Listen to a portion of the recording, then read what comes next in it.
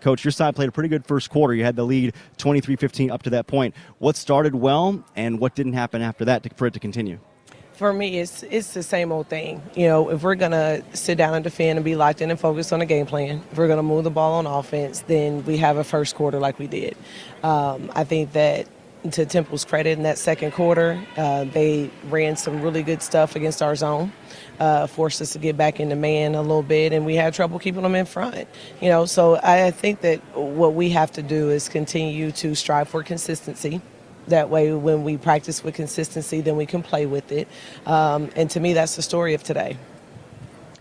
Jamira Schutz and Imani Jefferson didn't get as much work on the ball today for different reasons. When you see those kids in the locker room and you say, hey, rough one out there today, what's the message to them? What do they need to work on?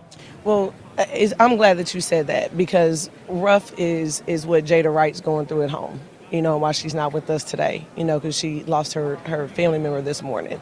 What we're doing is playing a game, and we have to figure out how to make it a priority for sure. And I'm proud of Destiny Thomas, because how about her showing up as a freshman and holding her own down there in the paint in conference play? You know, how about Maddie showing up? Now those other two, especially with the expectation that we have in them and they have in themselves, there isn't anything I can say that's going to make them feel any better. I'm sure they're in there beating themselves up right now, and so we just got to figure out how to get ourselves together so we can bounce back for our next game. You get a big one coming up against East Carolina, your first home conference game on Tuesday night. What are your expectations for that one? Yeah, you know, same thing. We had a really bad game at East Carolina a year ago, and then we turned around and we played pretty well at home. I think what we have to remember is that it's a new season, new teams. Records don't matter. Nothing matters except being able to show up on game day. So we got to rebound in basketball and execute on offense.